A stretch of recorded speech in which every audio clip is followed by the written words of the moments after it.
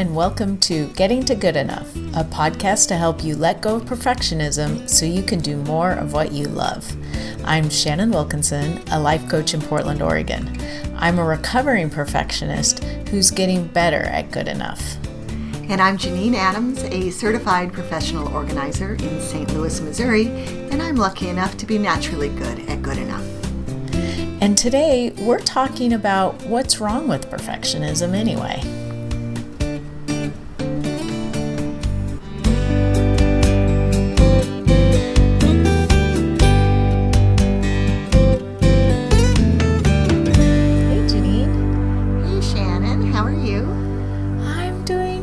How are you? I'm doing great. I'm still on a high from my last minute trip to Chicago last weekend to see Hamilton. Oh, that's so amazing. I won a $10 ticket in the Hamilton ticket lottery. But then I found out the night before if I went to the 2 p.m. matinee on Sunday. So I just dropped everything and drove up there, sat in the second row, and watched an amazing production. I've seen it, this is the fourth time I've seen it. Yeah. But the second row was amazing. Oh, I bet. Great. Yeah. So it was I felt really lucky that it was Labor Day weekend. I had a clear weekend, no plans, which is my idea of a great weekend. And so it was really, when I said I dropped everything, I actually dropped nothing. But I instantly made plans, and I went by myself because I'd only asked for one ticket because I thought that would increase my chances of winning, and I think it did. And got to stay by myself in a beautiful hotel room and drive by myself and sing at the top of my lungs to the soundtrack. It was awesome. How much fun. Yeah. That's amazing. You've been entering the lottery for some time, haven't you? Yeah, 2 years. And I mean, not every week, but recently when I learned that it was going to close in Chicago, I thought I really want to see it in Chicago again. And so then I would enter every time. I get a reminder every day from the Hamilton app, and I would look at my calendar, see if I was available to go the next day, and if I was, I would enter. And but I'd been asking for 2 tickets, which seems like the sociable thing to do. Right. But the one ticket did the trick. And I sat next to a lovely woman, 80-year-old woman. So it was terrific. Oh, wonderful. I'm so happy. I was so happy when you told me that you were doing that. It was so exciting. Oh, thank you. Thank you. I'm hope to see it in other cities as well. And it's coming to St. Louis in 2020, so I'll see it here. Oh, again. Great. So listeners, if you haven't seen Hamilton and you have the chance to do it, I encourage you to do it. It's the best. It's quite good.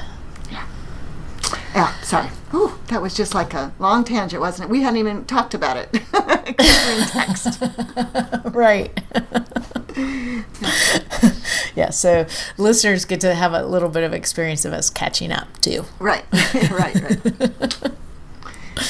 Right, but today we are talking about what's wrong with perfectionism.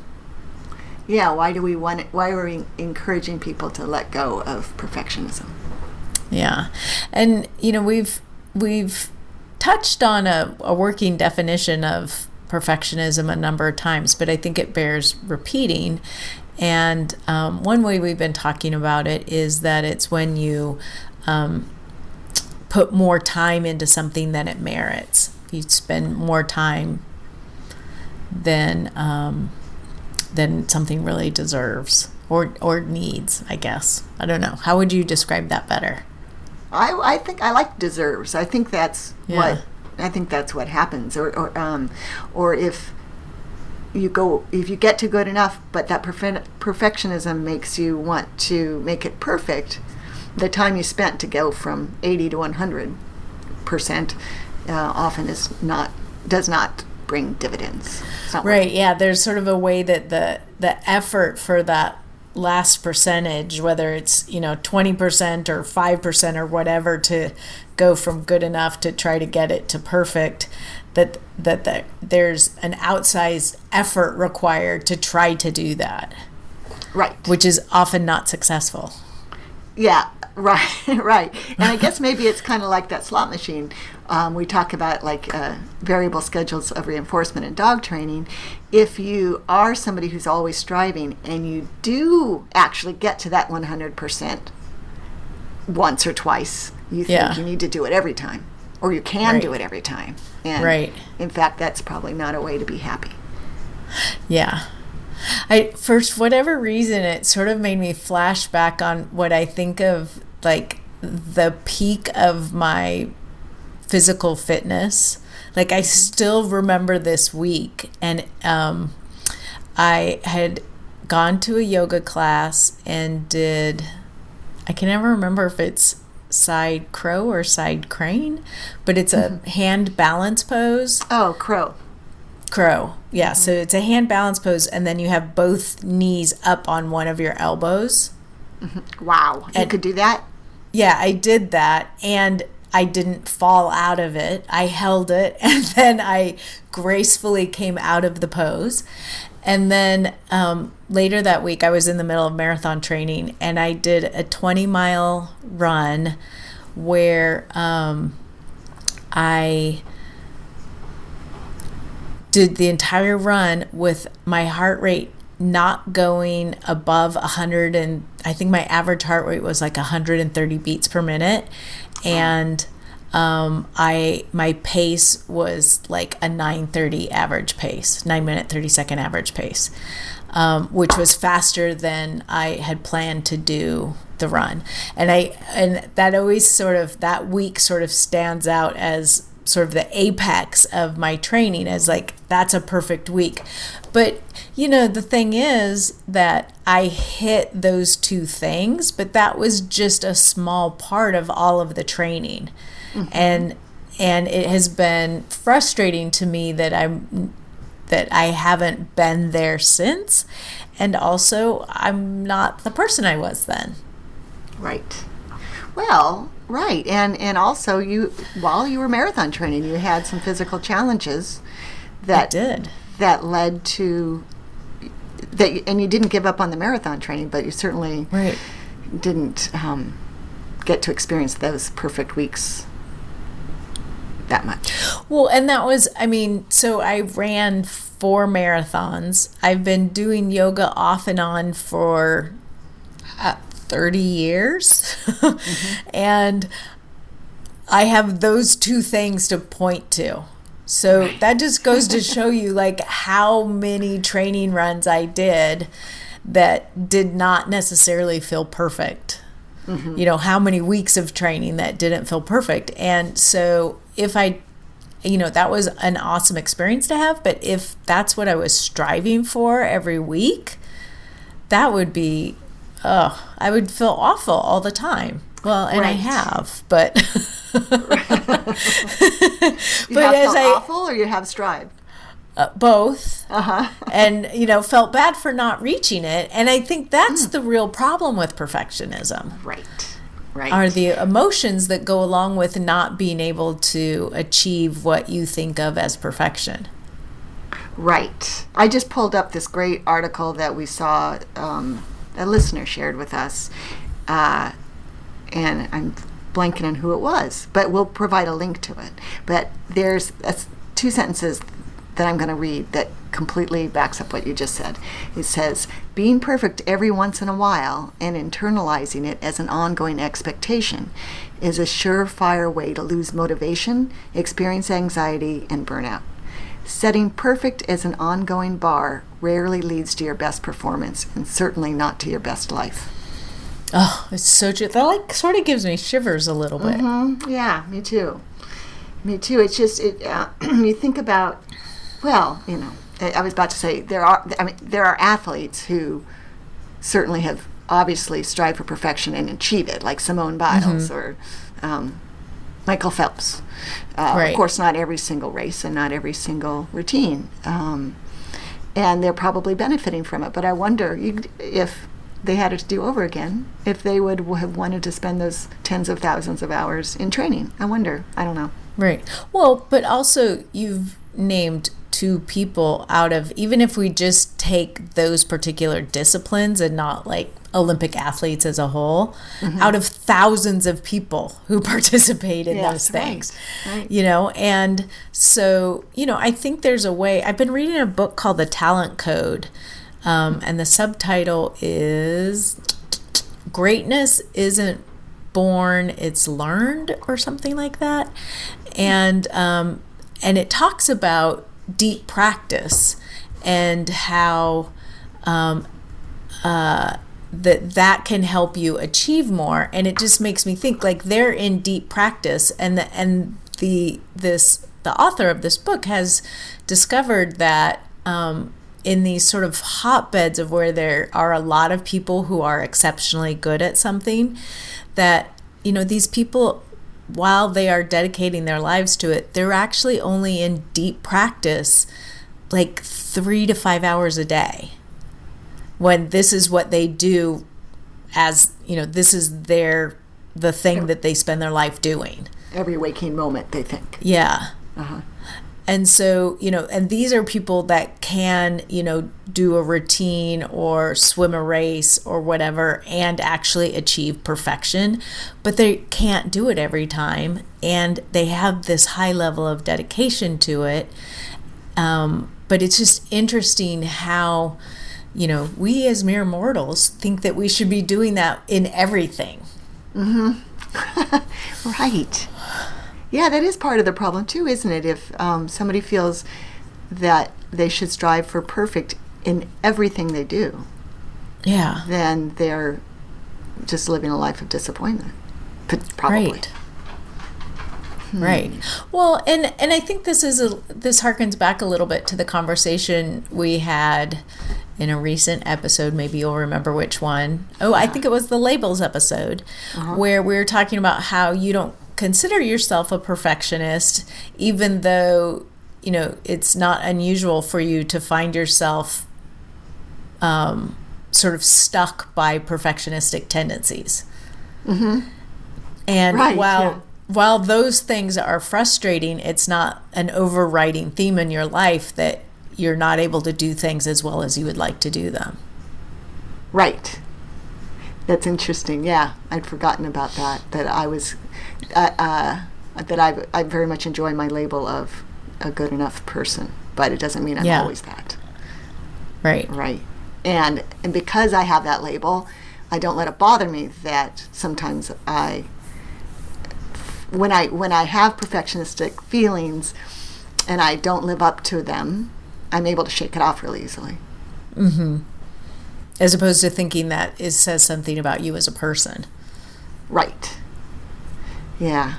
Yeah. And I think that's that's sort of the deeper issue with people who tend towards perfectionism, is that they feel like their efforts, or what they probably are classifying as failures, speak to them as a person and their worth or value as a person. And it makes me sad to think about that. I know. And it makes me happy to think about how much perfectionism I've let go in my life. Yeah. And it's been a journey for quite a long time, right? It has. I mean, I've been talking about it professionally for 15 years. And, it's been going on a whole lot longer than that. Right. So, but, it makes things like this cartooning class that I'm doing possible. It being you're letting go of letting go of and understanding when perfectionism is showing up and knowing how to let go of it, how to move past it. Oh, it's such a journey for you. It's so interesting to think that cartooning is something that you've wanted to do for a long. You did it when you were a kid. It's always been in your mind, but now is I almost said the perfect. Now is the perfect time to take it on, because you're you're in a really great mindset for it. Right. And may I just say, I don't know, listeners, if you haven't checked out Shannon's Instagram account where she posts her practice her practice sheets from her cartooning class. You should, because Shannon, it's unbelievable how you went from circles to animals. And amazing.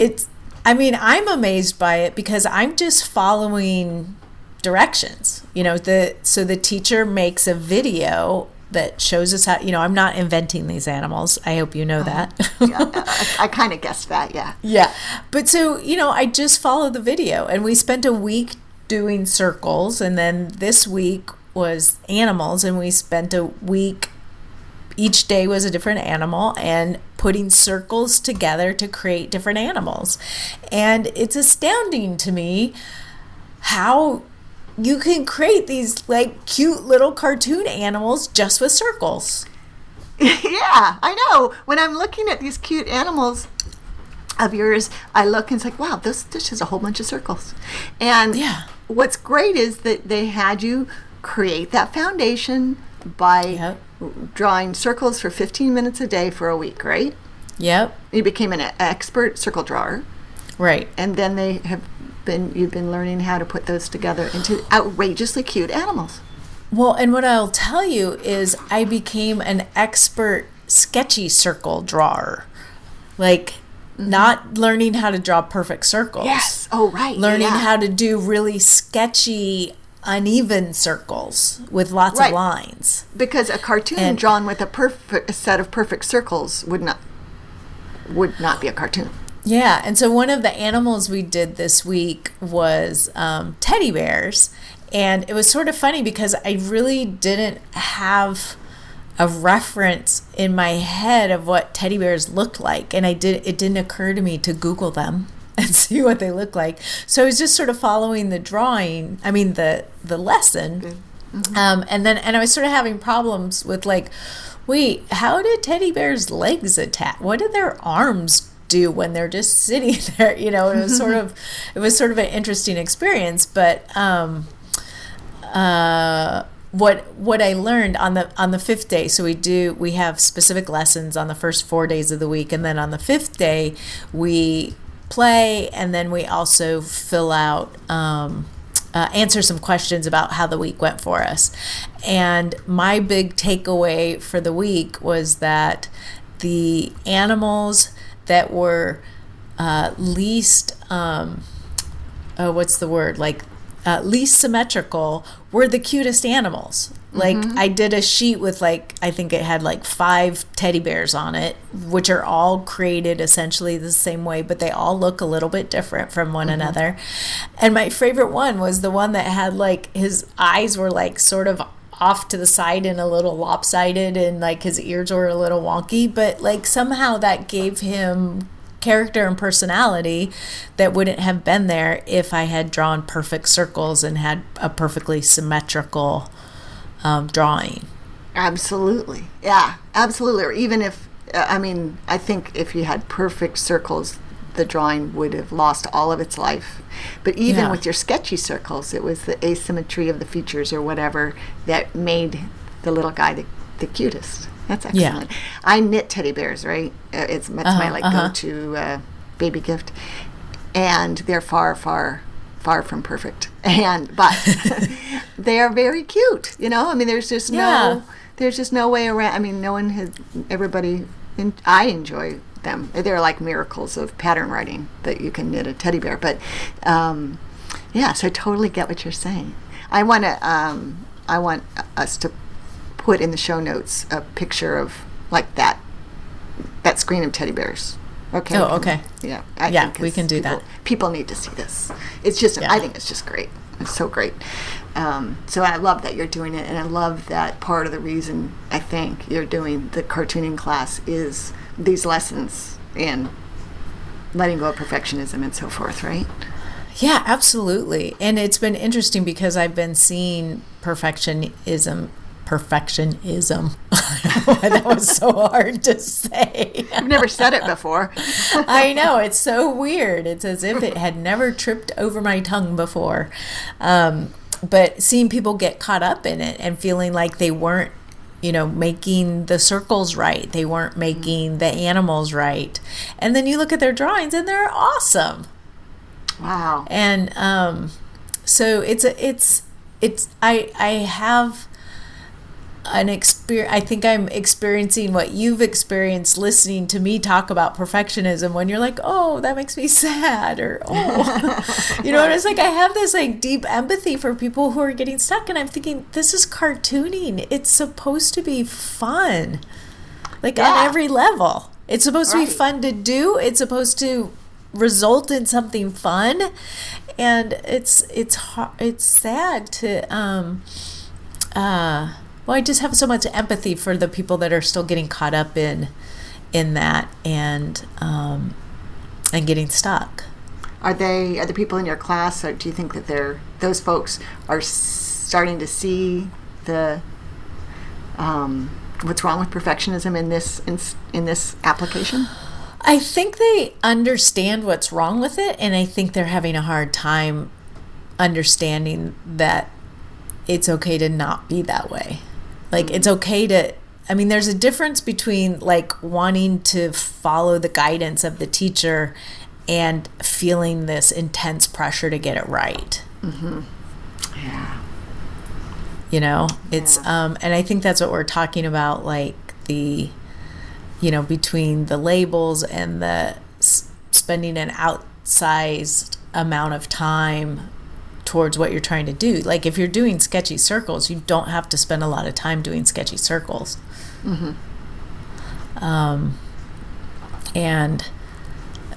So it's just it's interesting, and it's been a really great experience for me, because I just don't have the time to labor over these drawings, and I'm really realizing I don't want to.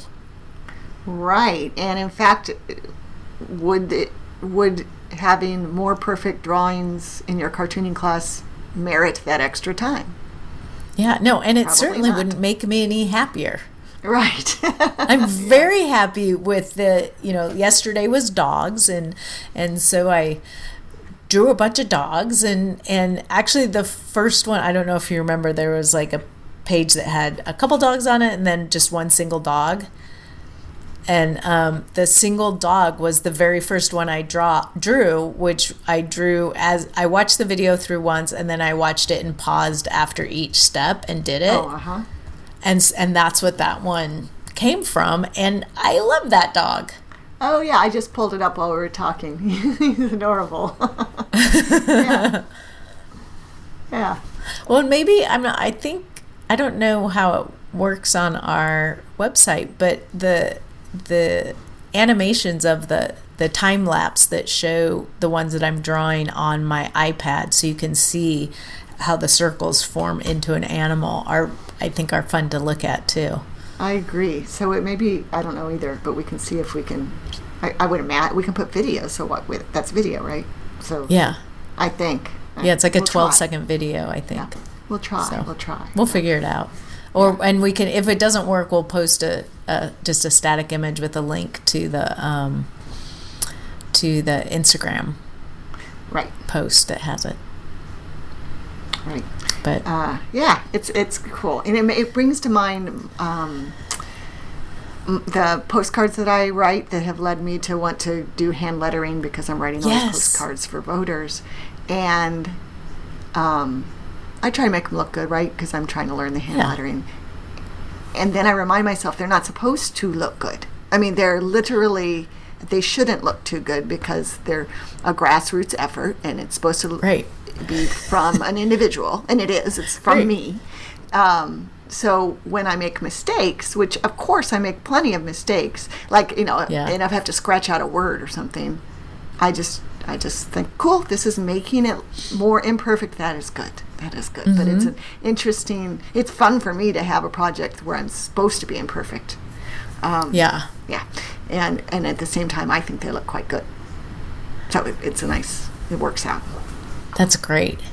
Well, and I think one of the big lessons I'm learning is that, the inevitable imperfections, I'm doing big finger quotes around that, are what enliven it. Like you said, if you did yours too perfectly, it would look like it was somehow mass produced. Right. And that's not what you want. And if I drew these, so perfectly, they would lose their personality, their aliveness. Right. Yep.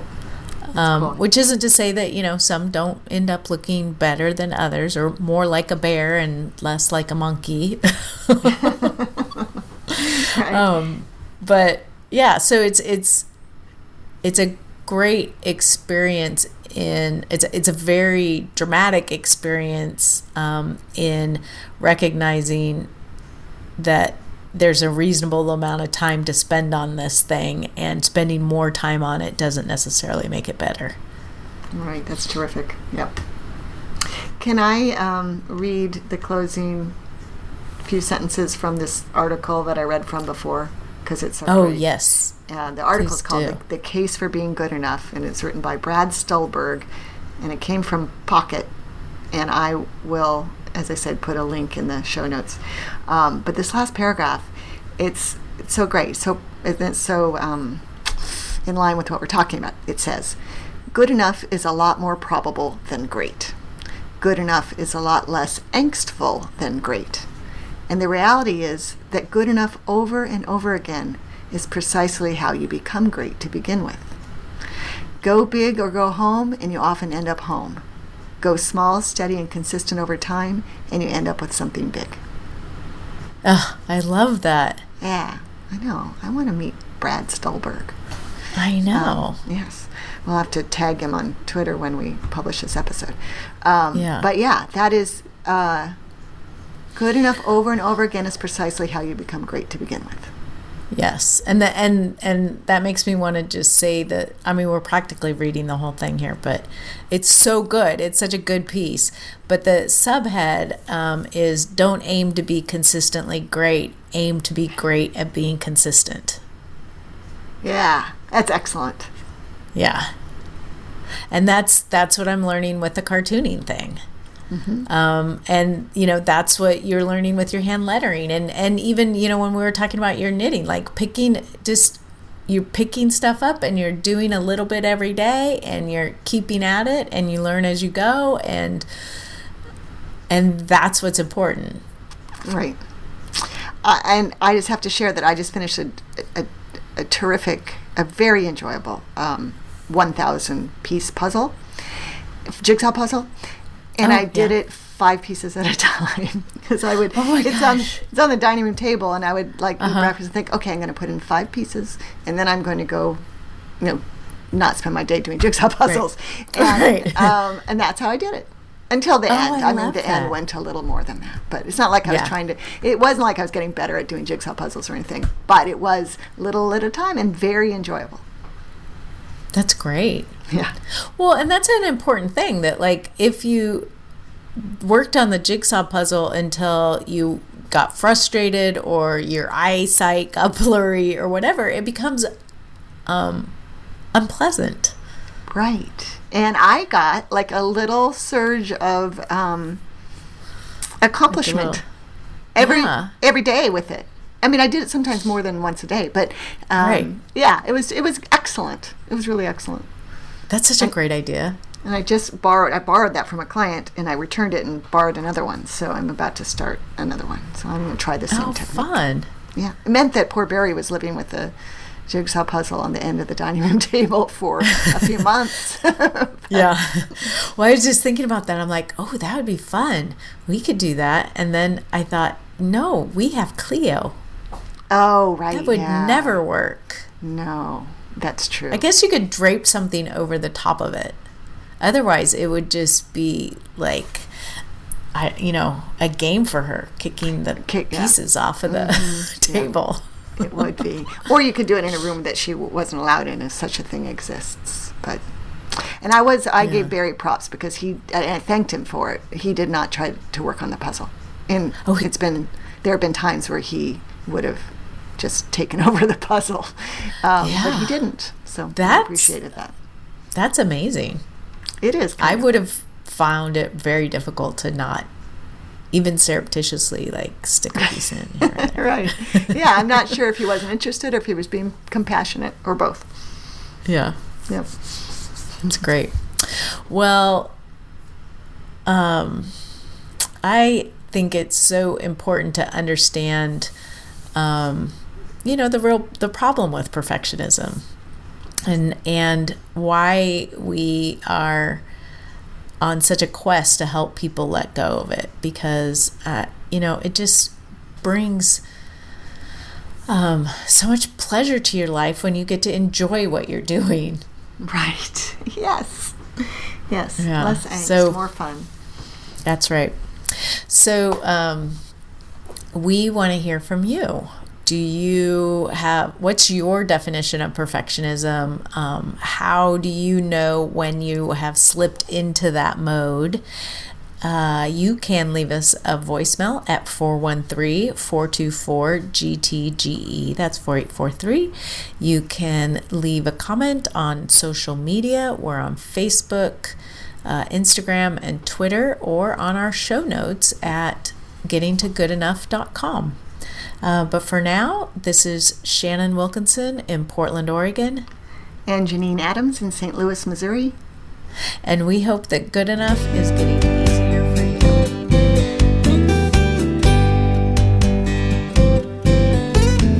What's the world's hardest puzzle? What's that? Take the drawing of like the 6 dogs and make a puzzle out of it. You could do it. You can have a puzzle made out of any picture. Yeah, that would be horrible. Wouldn't that be the worst? Yes.